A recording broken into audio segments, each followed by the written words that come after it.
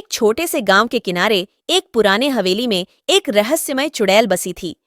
गांव वाले उसे दरिंदगी का प्रतीक मानते थे और उससे बचने के लिए रात्रि के समय अपने घरों के बाहर से गुजरते थे। चुड़ैल का नाम लाजवंती था और वह एक सुंदर सी लड़की के रूप में भी प्रकट हो सकती थी, लेकिन उसकी आत्मा में एक अंधकारी ताकत बसी थी जो उसे एक अलग दुनिया में ले जाने का कारण बन गई थी। गांव में एक नौजवान लड़का था नामक राहुल, जो रोजाना हवेली के पास से जाता था। वह अपनी कुछ मित्रों के साथ मिलकर चुड़ैल की कहानियां सुनता था और हर बार वह आत्मा के रहस्य को सुलझाने का प्रयास करता था।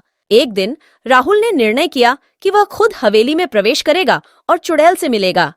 उसने अपने मित्रों को इस कारण को बताया और वे सभी मिलकर राहुल का साथ देने का निर्णय किया। रात के समय राहुल और उसके मित्र चुड़ैल की हवेली की ओर बढ़े।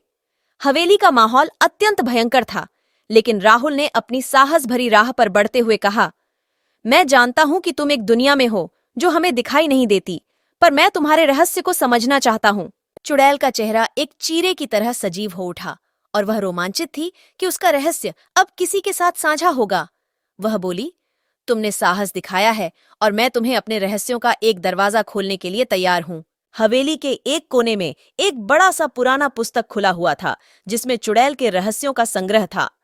राहुल ने उसे ध्यानपूर्वक पढ़ा और समझा कि चुड़ैल का दरबार एक अलग दुनिया में है जो सामान्य मानवों के लिए अदृश्य है। चुड़ैल ने राहुल को उस अलग दुनिया में ले जाने का निमंत्रण दिया और राहुल ने उसे स्वीकार किया।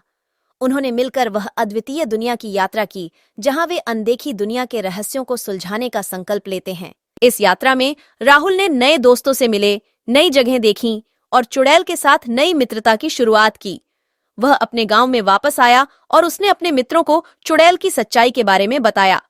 गांव वाले ने राहुल की साहस भरी कहानी सुनकर आश्चर्यचकित होकर उसे धन्यवाद दिया।